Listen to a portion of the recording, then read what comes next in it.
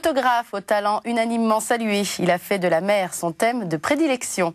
Ce Breton installé à la Trinité-sur-Mer depuis 25 ans est toujours en voyage, à la recherche de l'image nouvelle qui viendra compléter un travail qui regroupe déjà plus de 400 000 photographies et une quarantaine de livres. Admis au sein du corps historique et restreint des peintres de la marine en 1991, il donne à voir plus que l'image première et ouvre nos yeux à l'indicible. Philippe Plisson, bonjour. Bonjour. C'est vrai qu'un photographe, il est là pour montrer ce qu'on voit en premier, mais qu'il est là pour montrer plus que ça. Est-ce que vous êtes d'accord avec ça? On va dire que vous regardez et que moi je vois. Alors, quelle différence faites-vous? Expliquez-moi. C'est-à-dire que si on est tous les deux sur la côte sauvage de Quiberon, par exemple, on va regarder la même chose et on va pas voir la même chose. Et ce que je vais ramener, moi, c'est ce que mon œil exercé va capter. Et vous allez être très surprise quand on va regarder les images, vous n'allez pas comprendre qu'on a pu s'asseoir au même endroit et ne pas voir la même chose. C'est quoi un bon photographe? Un bon photographe, c'est quelqu'un qui est capable de répéter des images avec des émotions. Parce que pour moi, il existe des photos que j'appellerais des accidents photographiques. C'est-à-dire que des gens peuvent s'imaginer qu'ils sont devenus photographes parce que d'un seul coup, ils ont une image exceptionnelle. Alors une image exceptionnelle, il ne faut jamais oublier que c'est un cadeau de la nature. On n'est pas metteur en scène. Donc, quelque part, la nature aide beaucoup le photographe à faire des images exceptionnelles. Mais on devient vraiment un photographe lorsqu'on est capable de répéter ça sur d'autres paysages, sur d'autres horizons, sur d'autres latitudes. Pour moi, c'est ça un photographe. Et une bonne photographie? C'est celle qui va dégager des émotions, pas pour le photographe. C'est important quand même. Non. Non, parce que le photographe, le problème, c'est que vous savez, quand vous faites un livre, c'est très difficile de se dégager de l'histoire de la photo. Moi, il y a des photos que j'adore et que personne ne comprend. C'est parce que l'histoire de la photo est plus importante que l'image. Et j'y ai mis beaucoup plus... je me suis beaucoup plus investi pour réaliser cette image. Alors j'ai l'impression qu'elle est exceptionnelle. Et au regard des autres, elle n'est pas si exceptionnelle que ça. Alors on va voir tout au long de cette émission défiler des photos de vous, principalement des photos de mer quand même, puisque c'est, je disais en introduction, votre thème de prédilection. Il y a beaucoup de livres qui sortent en ce moment que vous avez fait, vous, dont celui-ci, Sagesse de marin au jour le jour, qui est donc un recueil de photos, évidemment, auxquelles ont été accolées des maximes de marins, des petites phrases comme ça de sagesse maritime. Ce thème de la mer, il était finalement évident pour vous. Vous avez non pas toujours vécu au bord de la mer, vous avez fait le choix de vous ancrer à la Trinité-sur-Mer il y a 25 ans, mais d'une manière générale, vous avez toujours été relié par vos vacances d'enfant à la mer. C'est-à-dire que je crois que si aujourd'hui j'ai pu faire le parcours que j'ai fait autour de l'image de mer, c'est parce que j'ai passé toute une adolescence en manque de mer.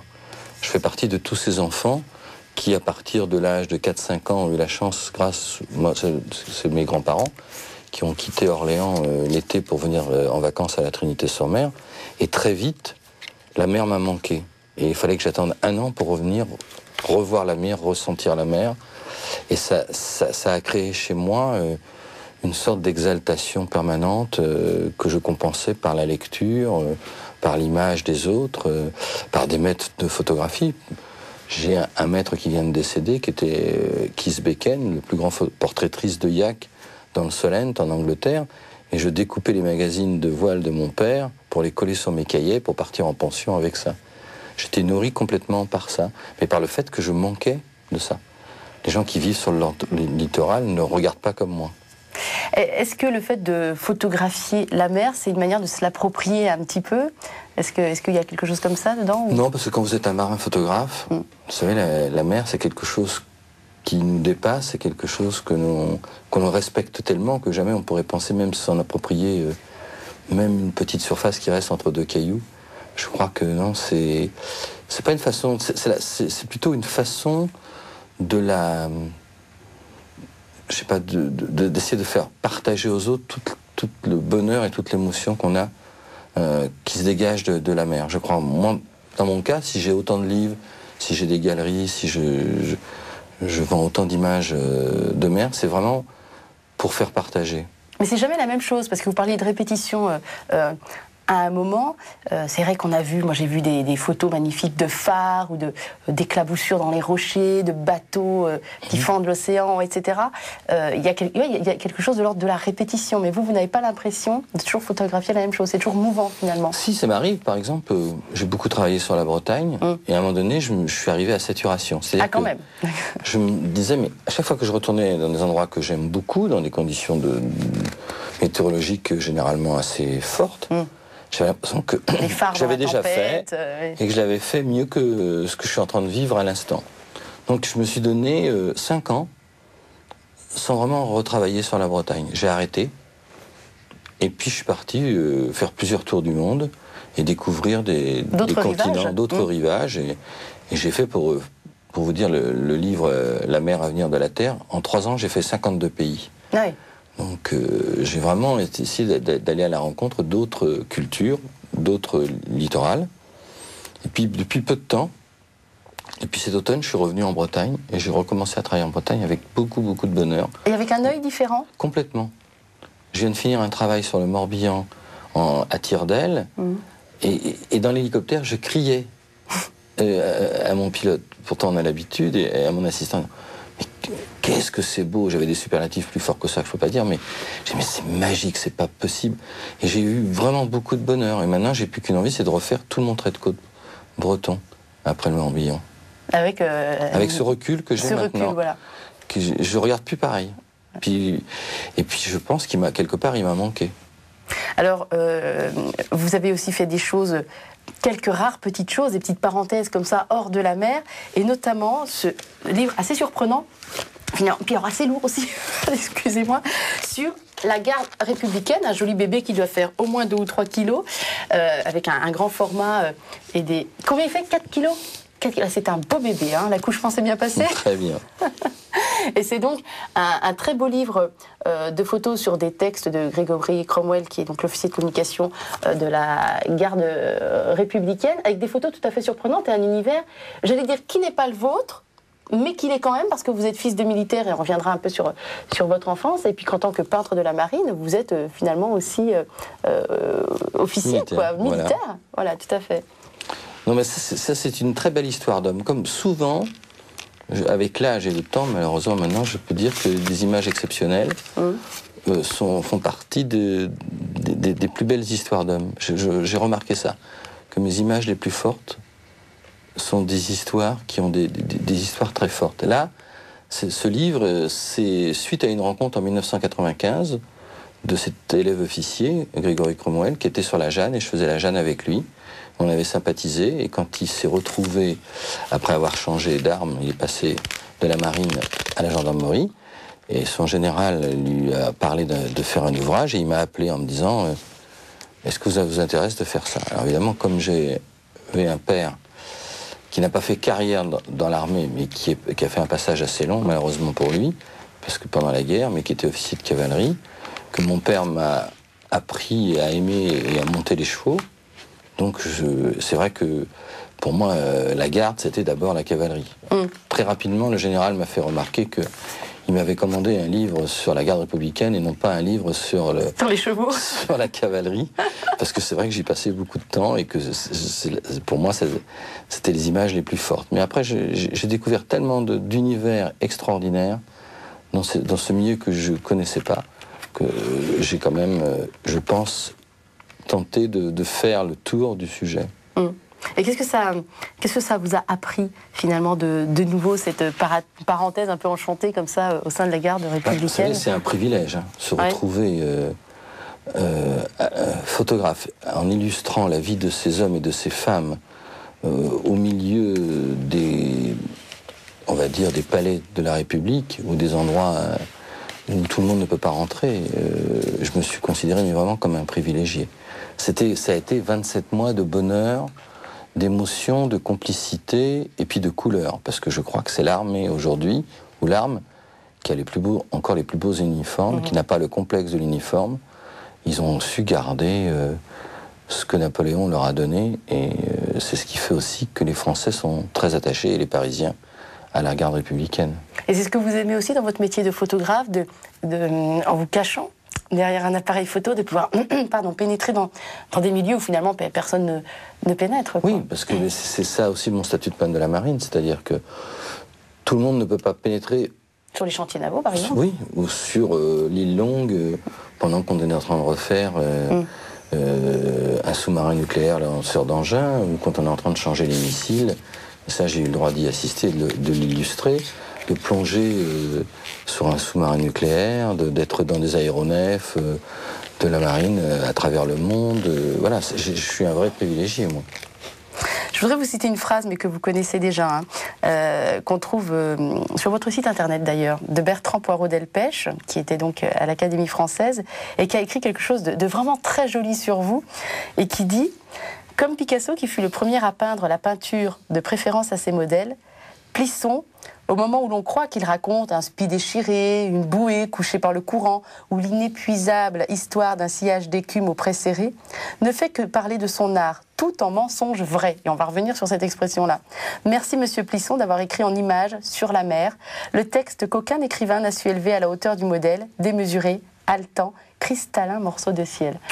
Très bel hommage, j'imagine ça... Oui, ça c'est très impressionnant. Alors, il faut savoir que j'étais très proche de Bertrand Poirot-Delpech, comme de Jean-François Degnaud, qui étaient deux amis d'enfance. Qui nous ont quittés il y a peu de temps. 3 mois l'un de l'autre. Et un jour, on a demandé à Bertrand, je crois que c'est pour Reporters sans frontières, d'écrire quelque chose sur moi, comme on a demandé à Jean-François. Et Bertrand a écrit ça, et quand on me l'a envoyé, quand j'ai ouvert Reporters sans frontières, j'étais retourné. Et puis, je me suis retrouvé quelques temps après avec Bertrand pour qu'il m'explique.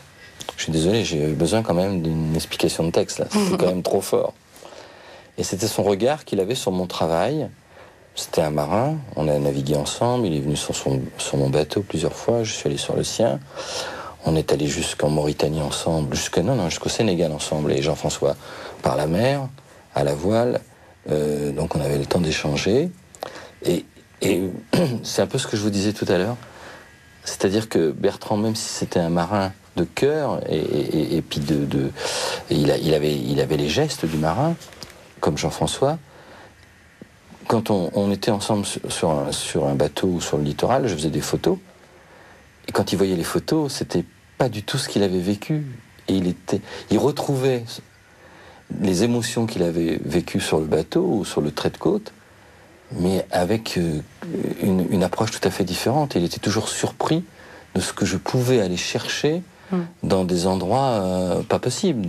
Il était toujours impressionné, par exemple, la nuit en mer, que je puisse faire des photos et ramener en définitive presque l'odeur de la thermos de café qu'on a dans le cockpit la nuit quand on est de quart tous les deux. Voilà, c'est ça qu'il a voulu traduire. Et c'est donc beau. Ça, cette expression, tout en mensonge vrai? Est-ce que l'art de la photographie est un art du mensonge vrai? Non, mais je pense qu'on peut par moment, quand on n'a pas la culture du sujet, penser que l'image est fausse. On peut penser que... Truqué, ça veut dire? Pas truqué. Parce que c'est difficile de truquer des images liées à la mer, quand même. Aujourd'hui, à chaque fois que vous faites une belle image, aujourd'hui, je peux vous dire que la majorité des gens la regardent en imaginant qu'il y a un trucage. C'est catastrophique parce que tout le monde sait qu'il existe des logiciels pour travailler les images. Donc quand vous faites une image un peu exceptionnelle, vous entendez autour de vous, dans les expositions ou dans ma galerie... Tiens, le coucher de soleil, ils l'ont un peu trafiqué. Et c'est toujours les hommes qui disent à leurs femmes que je suis un truqueur. C'est jamais les femmes. C'est toujours les mecs qui vont aller me démolir dans ma galerie ou devant un livre en disant « oui, mais ça, c'est truqué ». Quoi, on doute de votre sincérité? Oui, et souvent je suis obligé de dire que par mon statut, ne serait-ce que par mon statut, jamais au monde je m'amuserais à truquer ce que j'ai vécu. J'en ai pas besoin, la nature elle est assez belle. Il n'y a pas besoin de mettre de filtre sur un appareil photo. Il suffit d'attendre. Évidemment, si vous voulez avoir la rosée du matin et que vous n'attendez pas un matin avec des rosées, vous mettez un filtre qui vous fait une petite rosée. Mais ça, c'est un vrai mensonge, par contre. Le statut de peintre de la marine qui vous a été accordé en 91, c'est une reconnaissance de votre travail. J'imagine que c'est assez bouleversant. Alors bon, vous avez le droit de signer en mettant une petite encre à côté. J'ai le devoir. Vous avez le devoir. Oh, pardon, excusez-moi. Vous entrez finalement dans la fonction militaire aussi. Vous avez accès à des chantiers où seuls les peintres de la marine ont accès. Et ça représente encore quoi d'autre, plus que ça, pour vous? C'est tout. Je veux dire, c'est la reconnaissance. Vous savez... La chose la plus belle, c'est de pouvoir remonter entre la Trinité et l'île Vinec avec mon bateau, que des marins-pêcheurs reconnaissent sur l'horizon mon bateau et m'appellent à la VHF pour me dire bonjour. Je pense que si j'avais pas ce statut, on me regarderait pas de la même manière. Mais c'est vrai que la marine m'a donné beaucoup.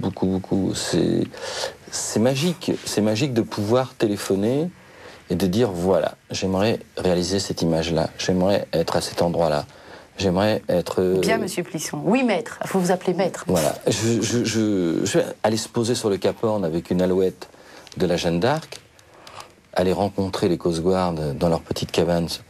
Et puis je peux vous en citer comme ça des pages et des pages magiques grâce à la marine. Et un photographe peintre de la marine, c'est un peu rigolo. Enfin, quand rigolo. On pense que... C'est pas rigolo. Simplement. Mais la marine a une ouverture d'esprit qui lui a permis dans les années 70 de dire bah voilà, on va élargir le corps des peintres aux photographes, et on n'est que deux, et puis aux graveurs, et puis aux sculpteurs. Voilà. Mais les gens ne sont pas forcément au courant. Les gens sont parce qu'on garde l'expression peintre de la marine. J'y tiens parce que aujourd'hui, le plus beau des compliments que je peux avoir dans ma galerie, c'est quand j'entends les gens me dire, ce n'est plus de la photo, c'est de la peinture photographique. Je trouve que c'est un compliment parce que c'est-à-dire que je me suis rapproché de mes maîtres. En termes de nuances, en termes de nuances, en termes de matière, en termes de... C'est vrai qu'aujourd'hui, avec les moyens qu'on nous donne, quand j'imprime mes images sur de la toile, elles prennent un volume qui n'existait pas sur le papier argentique. Vos maîtres en peinture, ce sont qui? Je me suis rapproché de mes maîtres. On va dire qu'il y en a que vous ne connaissez pas, dont un qui a fait beaucoup pour la Bretagne, qui était un spécialiste du gris et des personnages. Tout le monde en Bretagne se rappelle de ces tableaux parce que c'est le premier à avoir illustré les hommes et les femmes de l'île de Sein, de Ouessant, de Molène, de dos. Et on voit ces personnages de dos en ciré jaune, en bleu de chauffe, les femmes en noir avec les coiffes, surtout sur l'île de Sein. Et c'est un homme pour qui j'ai gardé sa galerie à Pont-Aven et qui m'a beaucoup appris dans la lecture et le décodage du gris, par exemple, et des personnages, la façon de regarder les personnages. Et cet homme a toujours rêvé d'être peintre de la marine. Il s'appelle comment? Roger Lucien Dufour, il est décédé. Il a toujours rêvé d'être peintre de la marine. Et le jour où j'ai été nommé, la semaine où j'ai été nommé, il m'a appelé en pleurant.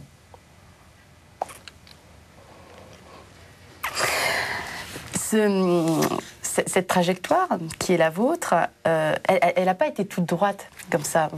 Finalement, vous avez commencé assez tard, j'allais dire la photographie, mais vous avez fait plein d'autres choses avant. Vous avez travaillé comme commercial dans la lingerie féminine. Enfin, il y a eu plein de petites choses un peu marrantes comme ça, mais qui finalement vous ont construit et vous ont aidé à devenir celui que vous êtes devenu. Bon, je parle de commercial dans la lingerie féminine, il y a eu d'autres choses, mais c'est vrai que c'est le détail un peu rigolo. Oui, je suis né dans une famille bourgeoise orléanaise, à la fois avec un grand-père agriculteur en Sologne et une grand-mère chef d'entreprise du bâtiment, une entreprise reprise par mon père, où il y avait quand même 3 prix de conservatoire de Paris, de harpe dans la famille, de violoncelle aussi. Donc il y avait des gens qui avaient entre autres des oreilles exceptionnelles.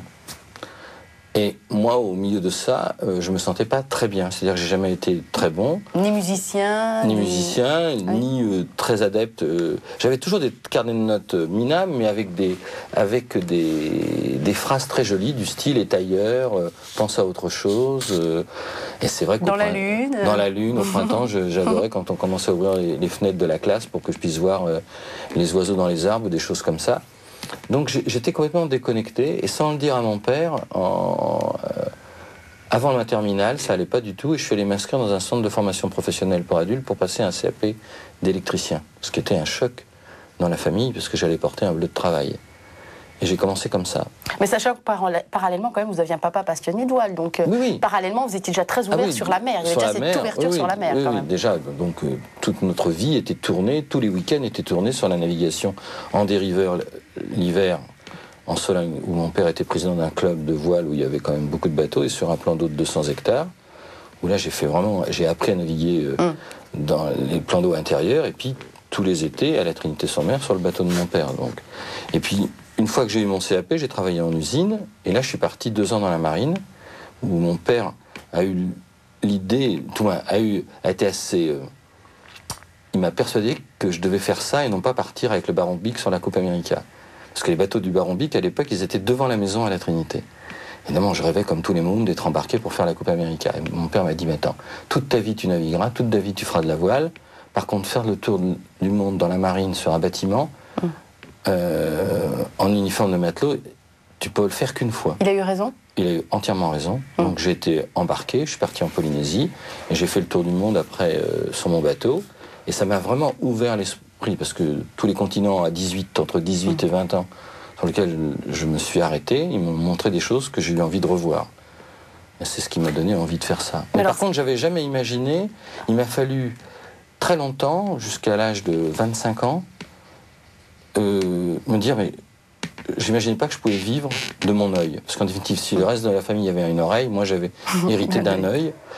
Et je n'avais pas imaginé que je pouvais en vivre. D'où le fait que vous soyez reparti après vous avez rencontré votre épouse, etc. Voilà. Il y avait l'entreprise familiale du côté de votre épouse. Je me suis retrouvé dans le textile parce que c'était une entreprise scholtaise. Et puis comme j'étais très amoureux, j'ai accepté de partir sur la route avec une collection de sous-vêtements Triomphe et aller faire du démarchage dans les boutiques de lingerie. Ça vous a plu? Absolument pas, c'était affreux, mais quand on est amoureux, c'était contre nature. C'est contre nature. D'accord. Mais ça m'a appris à me vendre. Et ça, c'est très important. Et en plus, je me suis retrouvé après, l'entreprise de mon père a été rachetée par un grand groupe où j'ai été formé à la distribution.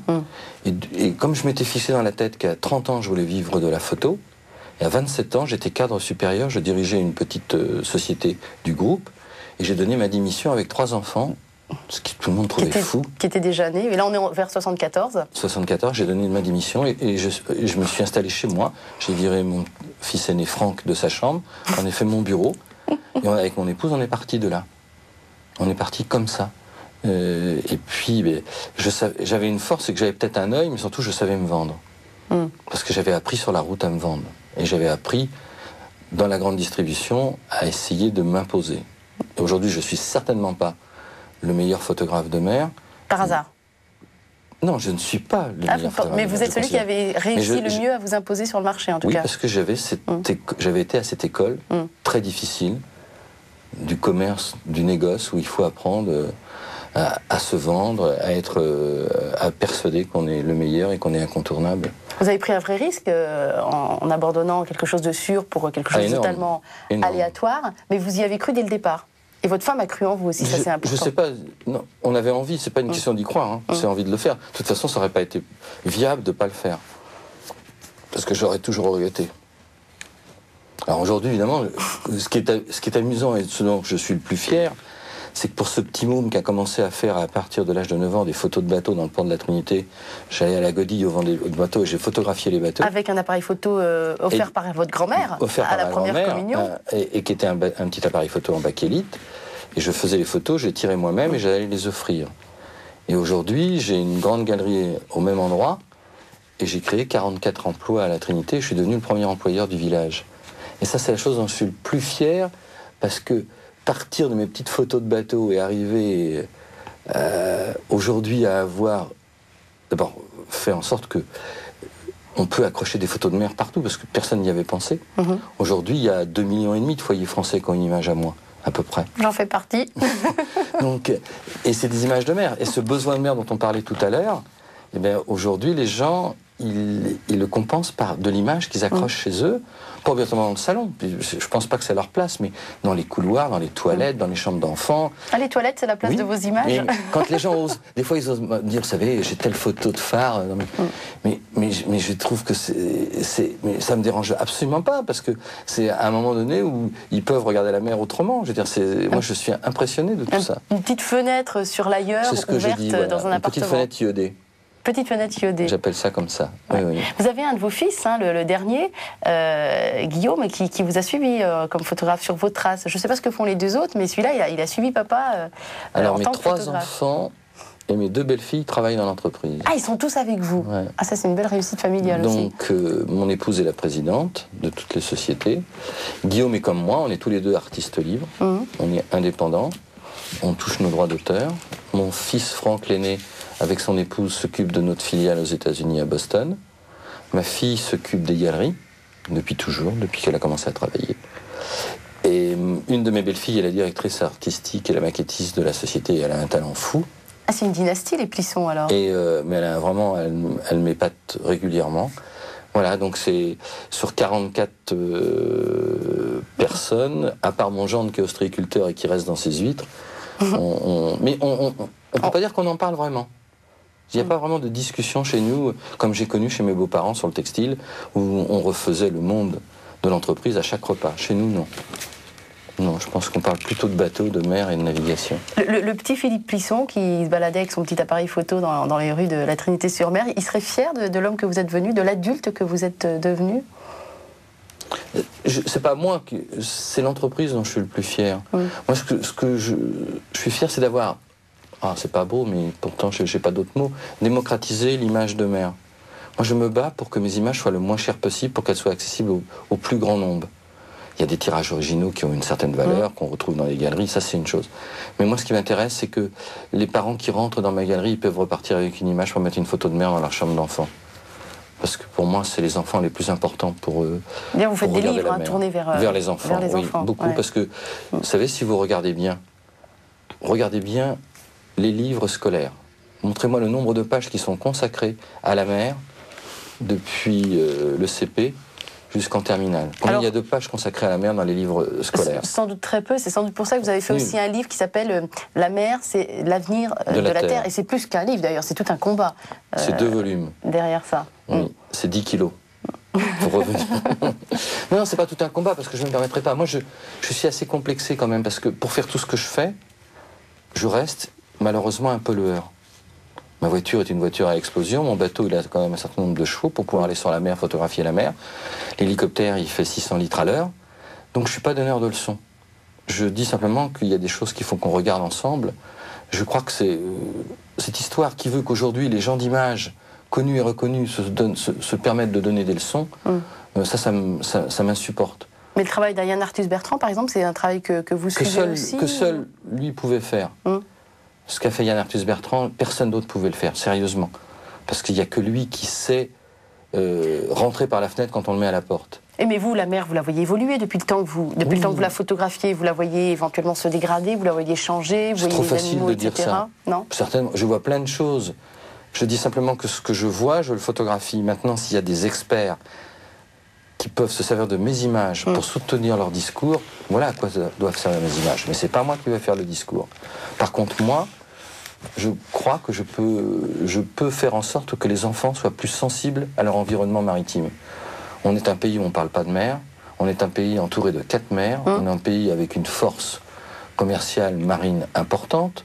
Faut savoir quand même qu'on a le 3e armateur mondial sous pavillon français. On a une marine qui n'est pas une petite marine, qui est une 4e marine du monde. Bon, on a une très belle pêche, ou on a eu une très belle pêche. Tout ça, les enfants l'ignorent. Donc, moi, par contre, ce qui m'intéresse aujourd'hui, c'est de faire rentrer la mer dans le cœur des enfants. Ça, c'est c'est ce qui m'intéresse le plus, parce que de toute façon, c'est l'avenir. Si les adultes aujourd'hui ont des mauvais gestes, c'est même pas la peine d'essayer de leur faire changer. Par contre, faire en sorte que les enfants n'aient pas les mêmes gestes, c'est peut-être un combat plus facile. Les marées noires, vous les avez déjà photographiées? Oui, j'ai même fait un grand sujet dans Paris Match qui s'appelait Le coup de gueule de Plisson, pour les RICA. J'ai fait tout un travail sur les RICA. Parce que c'est la bêtise humaine, ça. Et c'est douloureux pour vous de photographier ce genre de choses? Attendez. Où il y a quand même un recul du photographe qui est malgré tout protégé par son objectif? Non, pas du tout. Non. Parce que vous savez, quand vous présentez au large de Saint-Nazaire, vous descendez sur l'île du Pilier qui est remplie de fous de bassin, de cormorans mazoutés, que vous êtes impuissant, que c'est même pas la peine de les sortir de là. À la limite, il faut mieux les égorger pour arrêter leur souffrance. Ou que vous êtes au-dessus d'une masse de pétrole au large de Belle-Île, et puis que vous avez tous les oiseaux qui vous regardent, vous êtes dans l'hélicoptère, avec des yeux en appelant au secours, je peux vous dire que moi, ça me remue. Mais bon, ce qui me dérange, c'est les raisons pour lesquelles on est arrivé là. C'est-à-dire le manque de bonnes décisions, certainement, au moment où il faut prendre les bonnes décisions pour que le bateau ne se casse pas, et puis après, la façon dont on va le traiter. Il y a eu quand même, certainement... Alors certainement que si on monte plus haut, peut-être que ce bateau ne devait plus naviguer, certainement qu'on ne devait pas l'affréter, le procès le dira. Mais certainement aussi qu'il y a eu d'autres bêtises. Vous savez, aujourd'hui, 80% d'un naufrage, 80% des naufrages, ce sont des erreurs humaines. Hein. Donc c'est aux hommes de gérer mieux ce qu'on leur met entre les mains. Vous nous avez dit avoir fait le tour du monde, même plusieurs fois, pour vos photos. Vous l'avez vu, c'est vous qui voyez et nous qui regardons, c'est ça. Donc vous l'avez vu, vous l'avez photographié. Vous avez quel rapport avec la création et avec Dieu? Pour vous, c'est voilà, Dieu existe, vous croyez en Dieu, c'est Dieu qui a créé la terre, toutes ces merveilles, ou comment vous raisonnez par rapport à ça? Je peux dire que je dis souvent, je vous l'ai dit tout à l'heure, quand une image est exceptionnelle, c'est un cadeau de la nature. C'est un cadeau de la nature. Alors quand je dis un cadeau de la nature, obligatoirement, c'est un cadeau du Créateur. Je veux dire, donc mes rapports, mon éducation judéo-chrétienne, les établissements que j'ai fréquentés. Vous m'avez dit mon enfance, il suffit de regarder le film Les choristes, voilà. Eh ben, c'est ça. Oui, parce que c'est la seule fois dans un film où j'ai pleuré tout le temps. Parce que j'ai eu l'impression que le réalisateur avait mis sur l'écran ma vie d'adolescent. En même temps, c'est pas très reluisant pour l'éducation catholique. Donc ce qui fait... Non, oui, et ce qui fait... Vous avez connu une éducation sévère. Très sévère. Très sévère. Très sévère, et que je regrette beaucoup, parce que je comprends pas pourquoi j'ai pas profité de toute cette adolescence plutôt pour avoir des maîtres qui m'élèvent, plutôt qu'ils me rendent rebelle. C'est du gâchis. Donc vous avez rejeté la religion catholique de par l'éducation très sévère que... Oui, je n'ai pas rejeté comme ça, parce que je pense que quand je suis arrivé à l'âge adulte, j'avais tellement servi de messe que j'avais quand même pas mal de dimanches que je pouvais me permettre de ne pas aller à l'office. Mais oui, c'est tout un contexte qui m'a dérangé, mais quand on parle autour de nous, de ma génération, c'est très fréquent de retrouver des garçons qui ont ce réflexe. Aujourd'hui, votre foi, elle est là, elle est vivante, elle est en sommeil. Oui, mais elle est si vous voulez, plus je me promène à travers le monde, plus je suis attentif aux autres, plus je regarde les autres religions, plus je me dis où est la vérité, c'est tout. Donc, si Dieu existe, et ça m'arrive de lui parler en mer, souvent même, je ne sais pas à qui je parle, mais je parle certainement au Créateur. Maintenant, qu'on me le mette sous une forme ou sous une autre, aujourd'hui, pour moi, ça n'a plus aucune importance. Vous êtes agnostique, d'accord. Voilà. Moi, je suis très admiratif quand je suis... ça m'arrive quand je suis au Maroc, parce que c'est un endroit que j'aime beaucoup photographier, sur le littoral. Et j'ai eu la chance de pouvoir rentrer dans la grande mosquée de Casa. Mon cœur battait très fort. Mais, et puis, je sais pas, quand je vais travailler en Inde, je suis très, très, très impressionné. Les lieux spirituels vous attirent, en tout cas. Même au Japon, je trouve ça fantastique. Mais, je sais pas, il y a quelque chose... il y a quelque chose qui se dégage, de toute façon, dans toutes ces religions, dans toutes ces formes physiques qui nous sont chaque démonstration, à travers leur... comment on va dire... leur culte. Si on peut appeler ça comme ça. De toute façon, c'est ce qu'on voit, c'est ce qui est visible. Tout ça, à chaque fois, c'est très fort pour moi. J'imagine que vous avez déjà eu l'occasion de penser à la mort. Vous avez perdu 2 amis chers, vous nous en avez parlé, certainement d'autres personnes. Vous êtes marin aussi, vous avez vécu des choses fortes en mer. Je ne sais pas si vous avez déjà failli frôler la mort ou pas, mais comment vous envisagez ce passage-là? C'est un passage déjà ou c'est une fin brute et définitive pour vous? J'ai eu 2 moments dans ma vie où j'ai cru que j'allais y rester. Et ça s'est très bien passé. Vous étiez en bateau? Une fois, je suis tombé par-dessus bord, et une autre fois, je me suis crashé en hélicoptère. Donc normalement, en se crachant en hélicoptère... On en réchappe de ces choses-là? Normalement, non. Oui. Et là, ma bonne étoile, mon ange gardien s'est occupé de moi d'une manière exceptionnelle, étant donné que il n'y a pas eu de mort dans le crash parce que j'étais pas blessé. Donc j'ai pu sauver une personne qui a coulé avec l'hélicoptère. Donc je suis allé le rechercher en plongeant. Sans ça, il y serait resté. Les autres étaient très blessés, mais ils ont survécu. Lui, il a survécu parce que je suis allé le chercher. Il avait 17 fractures et il était attaché avec mon harnais qu'il ne connaissait pas et il a coulé avec. C'était le caméraman. Bon. Donc là, j'ai vu vraiment les quelques secondes où je n'ai pas refait le tour de ma vie. J'ai simplement eu le temps de dire que j'avais bien vécu, que j'avais beaucoup de chance, que j'avais fait des choses extraordinaires et que je pouvais que dire merci. C'est tout. C'est les 5 secondes où on a chuté entre 300 pieds, 250-300 pieds et l'impact dans la mer, c'est à peu près à ça que j'ai pensé. Elles ont dû être longues, ces 5 secondes, quand on se voit tomber comme ça? Non, pas du tout. Pas vraiment? Pas du tout, j'avais une sorte de bête. J'étais bien. Une sérénité, finalement. Et j'en revenais pas, j'attendais le moment où j'allais perdre connaissance. Une certaine sérénité. J'étais tout surpris que je me retrouve dans le silence complet. Une fois que le rotor, la turbine, tout ça, ça s'arrête dans l'eau, vous passez du brouhaha au silence parfait, il n'y a plus un bruit. Et vous êtes tout seul en train de nager, la machine est en train de couler, les autres ne savaient pas où ils sont. Et vous pensez à quoi? Et il y a 30 secondes que c'est pas possible. C'est pas possible que je m'en sois sorti.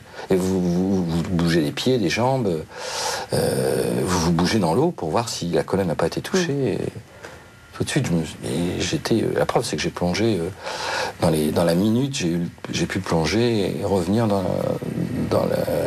l'habitacle de l'écureuil pour aller chercher le caméraman. Ça, et puis une autre fois, je suis passé par-dessus bord. Et là, je me suis dit, j'ai pensé simplement qu'on pouvait me sortir de là. J'ai pas eu le temps de me dire, ça y est, c'est fini. Alors qu'il y a un homme qui a beaucoup compté dans ma vie, qui me manque beaucoup aujourd'hui, c'est Éric Tabarly. Et qui lui aussi est passé par dessus bord. Le matin, on m'a appelé, moi j'étais sur mon bateau en Irlande, on avait rendez-vous ensemble quelques jours après en Écosse, donc j'attendais dans le sud de l'Irlande pour rejoindre Éric, et on m'a appelé, le Cross m'a appelé en me disant il est arrivé quelque chose cette nuit, Éric est passé par-dessus bord et tout, et j'ai fait un geste, je savais que c'était un nageur parce que, pour différentes raisons, un nageur exceptionnel, un nageur de combat, et je suis allé à l'arrière de mon bateau, je suis monté dans l'annexe, je suis allé dans la mer et j'ai mis mes bras dans la mer pour essayer de voir au bout de combien de temps je trouverais que ça serait froid, voir combien de temps, en me disant bon, il est tellement exceptionnel ce mec, il peut tenir tant d'heures. Voilà. J'ai pensé à cet homme qui s'est vu, comme on sait qu'il a parlé, qu'il a crié après sa chute pour appeler Erwan Kéméré qui barrait son bateau. Je sais que cet homme a nagé longtemps, certainement très longtemps, et que cet homme s'est vu vraiment, lui, a eu le temps de voir la mort arriver en face. Oui. Vous avez un rêve inachevé? Quelque chose qu'il va falloir faire avant? Ou est-ce que les rêves se renouvellent d'eux-mêmes? Je dis vous qu'on allez de rêve en rêve? On ne peut pas faire le métier que je fais sans s'endormir avec des rêves d'images et sans se réveiller avec des rêves d'images. Alors en ce moment, les rêves d'images, ils se situent dans quel pays? Vers quel... Je suis tombé amoureux d'un pays dernièrement, depuis 1 an, ça fait 2 fois que j'y vais, que je trouve magique et que les Français vont découvrir, parce que d'abord les Français sont très mauvais en langue étrangère, donc un pays où on parle français, ça va les intéresser très vite. Ouais. Un pays authentique, il n'en reste plus beaucoup, et un pays où il y a en plus la gentillesse. Quand ils vont découvrir tout ça, je pense que ça va être une destination. Vous attisez ma curiosité, là, Philippe. Ouais. Donc moi, je suis complètement fasciné en ce moment par Madagascar. Ah. Je viens de faire 2 reportages sur Madagascar. Et je pouvais pas. Je regrette de ne pas avoir connu Madagascar plus tôt. Parce qu'aujourd'hui, je suis à un âge. Chaque chose en son temps. Oui, non, mais je suis à un âge où j'ai le sentiment que j'aimerais bien avoir une deuxième vie pour faire toutes les photos que j'ai envie de faire. Parce qu'aujourd'hui, tout va bien, mais je suis arrivé à un âge où les problèmes physiques apparaissent. Et à partir de 60 ans, il y a des choses... la nature ne vous fait pas de cadeaux. Qu'on ne fait plus comme à 30 ans, évidemment. Voilà. Mais pour l'instant, je ne sens pas du tout ça. Mais je vois autour de moi, je ne vois pas pourquoi je passerais à travers toutes ces cochonneries qu'on connaît. Je ne vois pas pourquoi moi, même si j'ai eu la chance de me sortir de 2 graves accidents, pourquoi je passerai à travers? On sait très bien qu'autour de nous, 1 personne sur 2 va attraper cette cochonnerie. Donc, on va parler du cancer. Voilà. Qu'est-ce qui fait que pourquoi moi, je n'attraperai pas ça? Mon papa y est passé, mon beau-père y est passé. Donc, je vais en profiter au maximum. Donc, quand je dis il ne me reste pas beaucoup de temps, parce que j'en sais rien, et que j'ai encore plein de rêves d'images. Mais j'ai pas un truc que je veux faire absolument. Non. Vous êtes jamais j'ai envie d'aller en Antarctique, j'ai envie de retourner en Arctique, j'ai envie d'aller sur des gros bateaux de pêche en Islande, parce que ces gens-là ont une culture de la pêche qui nous dépasse. J'ai envie... Le désert, c'est une autre sorte de mer, hein, le désert, oui, ça pourrait vous intéresser? Oui et non. J'ai l'impression qu'il ne me reste pas assez de temps à vivre pour faire tout ce que j'ai envie dans le milieu iodé. Donc je refuse tout. La garde républicaine, c'est vraiment la seule parenthèse que je me suis autorisée depuis 30 ans. C'est la seule parenthèse. Donc ça, c'est la mer, tous les jours la mer. J'imagine que des jeunes photographes ou des jeunes gens qui voudraient faire ce métier viennent quérir des conseils auprès de vous. Quels sont les 2-3 conseils fondamentaux que vous leur donnez à ces jeunes gens-là? J'ai toujours le même discours depuis longtemps. D'abord, je reviens sur ce que je disais tout à l'heure. On peut avoir une oreille, on l'exerce, on fait ses gammes, mais au départ, on a une oreille. Et un œil, comment on l'exerce alors? En faisant des images. Mais si on n'a pas un œil, on sera toujours décalé. Je le vois, je connais des photographes qui vivent de la photo et qui sont des photographes médiocres. Parce qu'il y a un tel besoin d'images qu'ils peuvent s'en sortir, mais ils décolleront jamais. Et c'est des besogneux, mais ils n'ont pas l'œil.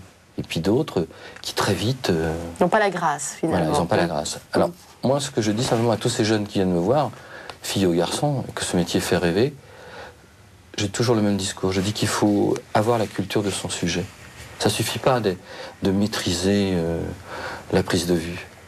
Il faut se donner des sujets et avoir la culture du sujet. D'où le fait que vous êtes, vous, souvent dans la mer. Vous avez la culture de ce sujet-là. Je dis souvent à des jeunes, si tu es passionné de vélo, si ta passion c'est le vélo et tout ce qui tourne autour du vélo, ben, photographie des cyclistes, tu auras toujours un plus. Parce que tu seras anticipé sur une image, tu auras des rapports exceptionnels avec ces hommes ou ces femmes qui courent sur leur vélo et tu pourras toujours faire des images qui dégageront une vérité autour de l'image. Mais c'est valable pour toutes les disciplines, c'est valable pour tout. Si vous vous intéressez au volcan, il faut d'abord être volcanologue avant de faire des photos, pour avoir la culture du sujet. Et puis tout est comme ça. Donc pour moi, la culture du sujet et entretenir la culture du sujet, c'est important. Quelle est la valeur qui vous paraît, pas seulement en tant que photographe, en tant qu'homme, la valeur qui vous paraît peut-être être plus essentielle que les autres, ou celle qui guide votre vie, celle qui vous fait avancer peut-être? Je crois qu'il faut, pour moi, en permanence, être capable de faire des concessions. Pour ne pas se retrouver en cassure avec les autres. Je crois qu'on doit être capable de faire des concessions. Alors quel genre de concessions, par exemple? Mais je sais pas. Ça coûte les concessions. Non, mais des concessions, ça peut être professionnellement avec un directeur artistique. On peut ne pas être en phase et bien on fait des concessions. Ça peut être en couple. Bon, ça fait 40 ans que je vis avec Marie. Je pense qu'elle a fait plus de concessions que moi. Mais moi, j'en ai fait aussi. Et c'est pour ça que ça marche toujours. Pour moi, je pense que je fais des concessions avec mes enfants. Ça m'est difficile de temps en temps. Et je considère qu'à un moment donné, ce qu'ils proposent, ce qu'ils disent, ça peut avoir autant de valeur que moi. Et c'est pas parce que je suis le père ou l'aîné que je dois absolument imposer. Mais alors, est-ce que cette souplesse dont vous vous réclamez, ce sens de l'adaptation aussi, ça vous vient pas un peu de la mer, justement? Parce que la mer, c'est un élément fort, vous le disiez, on est en humilité face à la mer. Est-ce qu'il faut toujours s'adapter? C'est une école aussi pour ça, la mer, qu'on navigue dessus, qu'on la photographie? Je sais pas. C'est une bonne question, on la posera. Mais... J'espère que c'est pas la seule bonne question de l'émission. non, je me suis jamais posé cette question. Je sais pas si c'est la mer qui m'apporte ça. La mer, elle m'apporte certainement une certaine sérénité. Mais jusque-là, je sais pas. Je vais y réfléchir. Je voudrais, évidemment, vous la connaissez puisqu'elle est dans votre livre. Vous avez parlé de Jean-François Degnaud, qui effectivement nous a quittés il n'y a pas très longtemps, qui était un très bon ami à vous. Et je voudrais lire la phrase que vous avez reprise dans ce livre sur la garde nationale. Évidemment, vous faire réagir par rapport à cette phrase. Vocation, c'est le même mot que voix. Une sorte d'appel intérieur impérieux qui guide vos choix et votre vie. J'ai connu Philippe Plisson à ses débuts dans l'Orléanais. Il n'était pas né marin, mais quand même. En lui, une voix parle de plus en plus fort, la photographie. Une autre en duo lui répond, la mer. Aujourd'hui créateur de la société Pêcheurs d'images, la société dont vous nous avez parlé, membre du corps si estimé des peintres de la marine, ce qui lui permet de signer en ajoutant une encre à son nom, auteur d'albums célèbres dans le monde entier, il est un symbole de réussite artistique et personnelle. Vous vivez comme un symbole de réussite artistique et personnelle? Je le vis pas, mais par exemple, aujourd'hui, Il y a le salon nautique. En ce moment, à Paris, il y a voilà. le salon nautique. J'ai 60 ans, c'est mon 15e salon nautique, et c'est magique que vous me posiez cette question, parce que j'ai vraiment... J'ai dit ça à mon épouse. Vous êtes marrant, c'est magique. C'est pas magique, c'est du travail, Philippe. Non, mais c'est parce que avec l'âge, là, par exemple, au salon, j'ai vraiment l'impression d'être devenu une sorte d'icône. C'est-à-dire que... Ah, mais il y a de ça, hein, je pense. Il n'y a pas une personnalité du salon nautique, il n'y a pas une personnalité qui passe au salon nautique sans venir me saluer sur mon stand. C'est assez magique. Il y a une inauguration du salon nautique depuis des années. Le ministre je le rencontre. Je fais partie, parce que je crois qu'on me donne, ce que je vous disais tout à l'heure, cette image de quelqu'un qui a fait aimer ou qui a entretenu l'amour de la mer. Il y a une aura, en tout cas, autour de votre nom et de votre personnalité, mais on vous sent très détaché de ça, pas dupe, finalement. Oui, mais je vais vous dire pourquoi. C'est très simple, c'est que je ne vis pas à Paris. Je ne fréquente pas les rédactions, je ne vais pas dans les dîners parisiens, ni les cocktails. Donc je ne sais pas qui je suis. Moi, je sais. Votre vous médiatique est assez flou pour vous. Voilà. Moi, je trouve magique d'ouvrir Paris Match et de lire de moi, quel joli nom, Philippe Plisson, pour un garçon né de mère inconnue. Voilà, quel joli nom d'Embrun. D'Embrun. Pour ce photographe né de mères inconnues. C'était dans Paris Match. Jacques-Marie Bourget. C'est pas beau, ça? Ah, si. Je trouve les gens, ils vont inventer des choses magiques. Mais moi, je suis très détaché de ça. Parce que je vais vous dire une chose, quand je ne fais pas de photos, quand je ne suis pas sur la mer, quand je ne suis pas en voyage, il n'y a qu'une seule chose qui m'intéresse. Mes petits-fils. Ah. Voilà. Mon gendre est son ostréiculteur, parce que c'est un mec génial. Et puis il travaille dans la nature, et puis il travaille un produit naturel, il n'y a pas de phosphate dans ses huîtres, il dépend complètement de la mer. Si la mer lui donne, il prend. Si elle lui donne pas, ben, il tire la langue. Et c'est un métier magique. Moi, j'ai beaucoup d'admiration pour les ostréiculteurs. Et puis, mes petits-fils, c'est que j'essaye de faire comme mon grand-père qui était agriculteur, de profiter du temps qui me reste pour leur passer des messages, pour leur faire ouvrir les yeux sur certaines choses. Vous avez 5 petits-fils, hein, c'est ça? J'ai 5 petits-fils, oui. Voilà. J'ai pas encore de princesse. Ouais, ça va venir. Et vous voulez leur passer quoi comme message à ces 5 garçons? Excusez-moi, pour l'instant, ça tourne autour de la mer. Mais c'est pas grave. Donc on va en mer, on va pêcher. C'est une école de vie, la mer. On fait de la voile. Et puis j'essaye de faire comprendre ce que j'ai subi pas par mon père, mais par l'environnement, que le principal c'est d'aller sur la mer, à la voile ou au moteur, à l'aviron, peu importe. Le principal c'est cette cassure que j'ai vécue dans mon adolescence, où il y avait les vrais marins parce qu'ils étaient à la voile et les faux qui étaient au moteur, ça me dérange beaucoup. Vous comprenez qu'on puisse passer toute une vie sans avoir été sur la mer, sans être passionné par la Bretagne, par la mer? Non. Par la Bretagne, oui, je veux bien, mais je suis désolé. Non, mais soyons francs. Quand vous avez quitté la Bretagne pour un photographe, avec tous les clichés que vous connaissez, soyez aimable de me dire dans quel territoire je peux aller travailler. Moi, j'en connais qu'un. Passer la Bretagne pour un photographe. C'est la Corse. C'est pas gentil ce que je dis, mais c'est tellement vrai, c'est tellement authentique, la Bretagne. En plus, ça baigne dans 2 mers. C'est-à-dire que quand le vent est au nord, vous allez sur les côtes nord et vous vivez une mer avec le soleil dans votre dos, ce qui éclaire pas tout à fait de la même manière la mer. Et quand le vent est au sud-ouest, vous allez sur les côtes sud et vous photographiez la mer avec le soleil devant vous, et qui est une autre lumière et une autre transparence. On vous sent à la recherche de cette authenticité. Hein. Vous disiez, il y a encore peu de pays authentiques tout à l'heure. On sent que c'est quelque chose qui vous travaille. Mais c'est pour ça que je suis tombé vraiment sous le charme de Madagascar.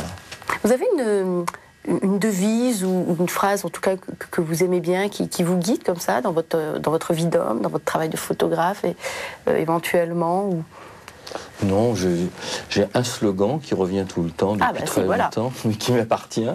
C'est que je navigue pour photographier et je photographie pour naviguer, parce que j'ai ces 2 passions.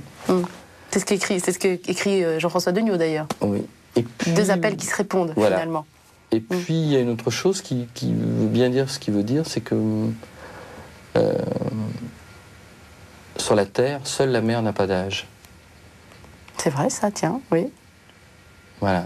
Donc il faut prendre ça en compte. Et c'est pas parce que la mer n'a pas d'âge qu'il ne faut pas avoir la sagesse de respecter ses richesses. Il faut faire très attention. Parce qu'aujourd'hui, la mer, elle a été capable d'absorber tout ce qu'on lui a fait absorber. Je ne sais pas si ça va durer. Pour une raison très simple. Une première raison, c'est que aujourd'hui, 65% de la population mondiale habite à moins de 80 km de la mer. En 2020, on sera 8 milliards. Aujourd'hui, on est 6 milliards. En 2020, on sera 8 milliards et 75% de la population mondiale habitera à moins de 50 km de la mer. Il va falloir que la mer, elle encaisse tout ça. Je ne sais pas si elle va pas dans la Côte-Vieux, là. Bon, on va terminer l'émission sur ce message d'alerte, à la vigilance. En tout cas, je vous souhaite quoi pour la suite? Bon vent. Bon vent, ah ben ça c'est joli. Ben, je vous souhaite bon vent et merci pour toute cette joie que vous avez diffusée dans l'émission, intériorisée mais qui se diffuse quand même, ce large sourire et puis ces belles paroles sur la mer, sur votre métier. Je vous remercie beaucoup Philippe Plisson et bon vent. Merci. Et si j'ai dit des choses vraies et belles, c'est parce que vous avez posé les bonnes questions. Oui, c'est gentil ça. Merci Philippe. Au revoir.